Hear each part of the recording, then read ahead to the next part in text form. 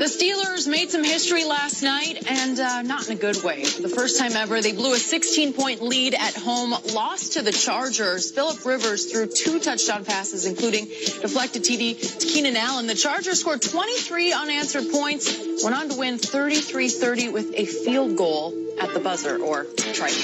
We're joined by FS1 NFL analyst D'Angelo Hall. D'Angelo, good morning. Good morning. Good morning. All right. Was this game more about the Steelers or the Chargers? I mean, you got to say it was a little bit about both, because the Steelers played bad in the second half, but to me, the Chargers showed me a lot. And so I'm going to say the Chargers. Excuse me. It was about them. I don't watch a lot of the Chargers games, and so I was kind of a little bit, I was anticipating this matchup. I wanted to see Ben, and I wanted to see Phillip go at it. And in the first half, I was like, wow, like, I didn't think the Chargers stood a chance. I'm like, they're exactly who I thought they were. They're overhyped.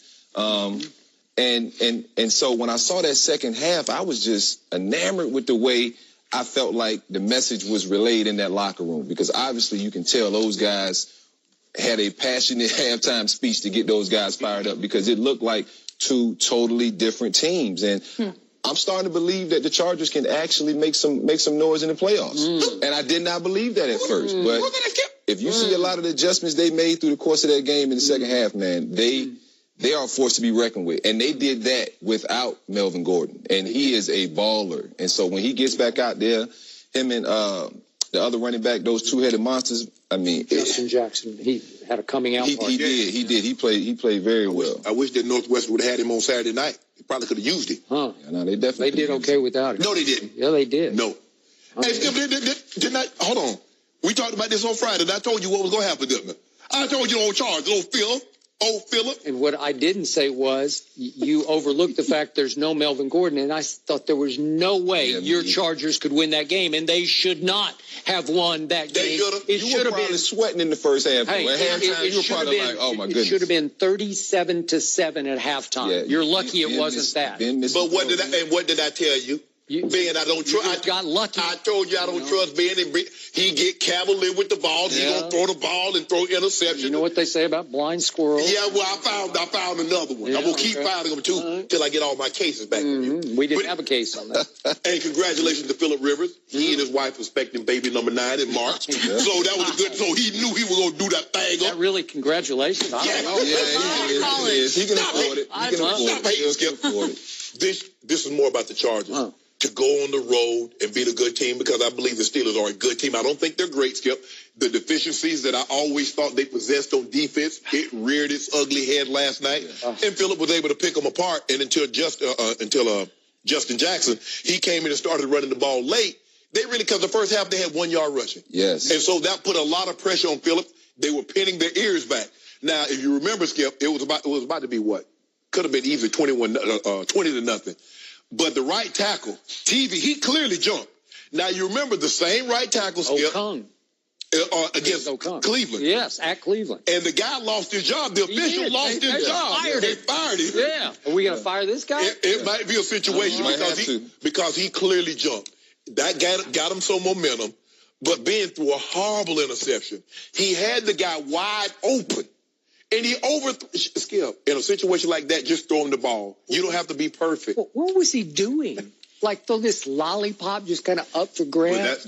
But I wonder who I'll just throw it up. I fought Antonio Brown for that interception. And I fought the receiver for not running fast enough and laying out further to catch this pass. Because, Ben's looking to blame somebody. Yeah. And I told you, Skip Bayless, I said, they're going to win this game, and I'm going to be anxious to see who Ben blames. But this is all about the Chargers. Anthony Lynn, my former teammate, head coach of the Chargers, gave him a great pep talk. They came out and they played well. But let me tell you something, Skip. When I look at the Chargers, Gus Bradley's their defensive coordinator, and he's out of that Seattle system.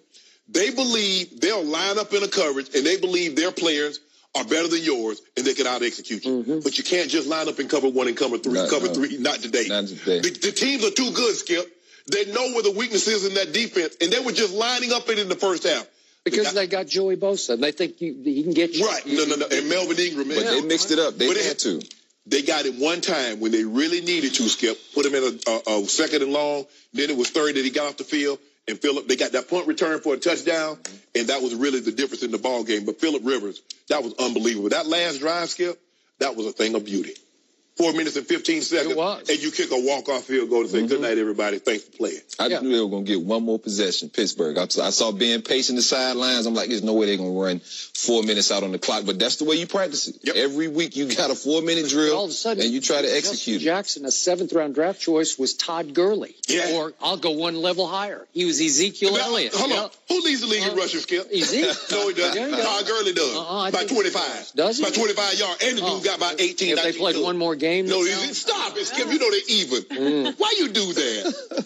All I know is my team is on fire. My team ain't never lost fire. I knew that was coming. They doing all right. They doing all right. Doing all right? What? No.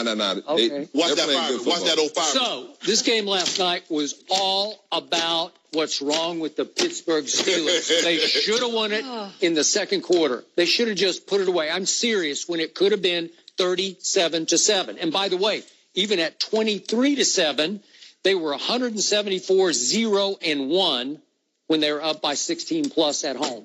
Really? Yep. Yeah.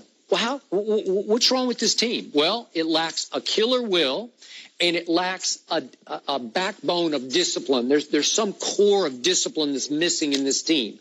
I don't know if it emanates from the head coach or from the quarterback or sort of both together. Right. Because Ben will try anything at any moment, and he doesn't seem to care about the ramifications of it. Well, it's the same reason Mike McCarthy doesn't have a job right now. I mean, which side do you pick? When you have a quarterback who is the face, I would say, of a franchise, kind of like Aaron Rodgers is with Green Bay. Ben is the same way in Pittsburgh. But Ben is different. He's the flip side. He can say things that other guys really can't. I got that. Yeah. But Ben operates completely different than Aaron operates. Yeah. Ben is the highest risk and pretty high reward because he has won a couple Super Bowls. Yeah. So I give you that. I can't take that away. Right. But he's to the point now where, do you think he loses any sleep over that interception he threw last night? No. That was horrendously bad. It's just a bad idea. It's careless. Yes. It's just like you can't do that. He thought he was just in the driver's seat, like he was in control of the football game. No, the other team has too much firepower, and I don't know if he didn't have any respect for them because they came out in the second half with little to no respect for Pittsburgh. It's like Anthony Lynn had told them at halftime, these guys will crumble if you take the fight to them in the third quarter, and they started to crumble. And once they teetered, even though Ben had a nice drive to retie the game, remember at 30 all? But then when it's time for your defense to lock down and make a stand, no, it's Justin Jackson just tearing them apart. And Keenan Allen had 19 targets, 14 catches. And on the touchdown to slant to Keenan Allen, this is what the safety knows. You know this. Okay, you got the guy you play in bracket coverage. The corner's going to undercut it. Why are you going to undercut it, safety? Go to his back shoulder. The ball that got tipped up? It got tipped up. Yeah, that he ran into. Okay. Joe Hayden is going to undercut it because he knows the safety is back there. So if you go high to safety, you're going to run into the safety. So I'm going to try to get me a quick pick. You go and blow up Joe Hayden. Yeah, as a safety, you got to have a little bit more awareness. You're going to make that play. You just stay back and wait a little while. Let it go. Yeah, they ran into each other. But Keenan Allen he's a beast now. He's skilled. And you see that final drive?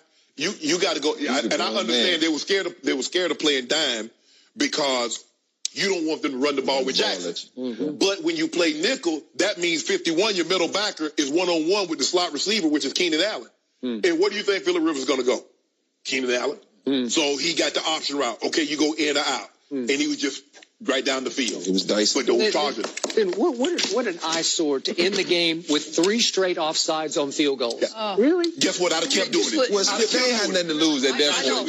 Let's try to time this thing up right. But the crazy part, what no one's talking about, if you don't jump that first time, if you're taught from the jump not to jump the first time, then he misses it. I know. He would have missed it. He would have missed it. If you're taught, and I know sometimes in that last moment, it's like, look, we got to do anything, so we all jump and we go. Unless you can argue that he missed it because hands were near the ball.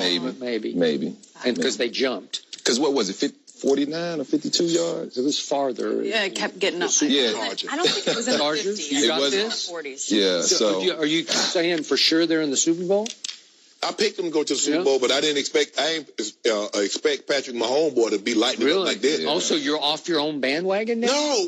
Because you jumped on you, a former Denver Bronco, have jumped on the Kansas City bandwagon? How can you do that? Actually, we were in the same division with the Chargers also. Oh, that's true. Well, that's okay. We beat the brakes off of them. But you never cared about the Chargers. No, Chargers were no threat to us. Right? It was the Kansas City and the Raiders. Well, I don't know. Chargers got a hard schedule coming. They do. They do. But it's going to get worse. This was the easy game. I believe the Chargers are who we think they are. They're coached by my good friend Anthony Lynn. Oh, so that's why you like them. No. Because he can say, Shannon, I told you what. No. When I make my decision, coaching, that don't. I like the Chargers, but come on, let's be real. Let's be real. We know where the path to the Super Bowl goes through. New England. Kansas City. New England, man. New England. You heard it right here first. Kansas City. Huh? Kansas City. No, I'm sorry. Wrap it up on that note. And by the way, Tom Brady's going to visit Pittsburgh in 2 Sundays. It could be a tough one for him. We'll see how that goes. Thanks for being here, D'Angelo. Always good to have you. Speaking of bandwagons, Skip, are you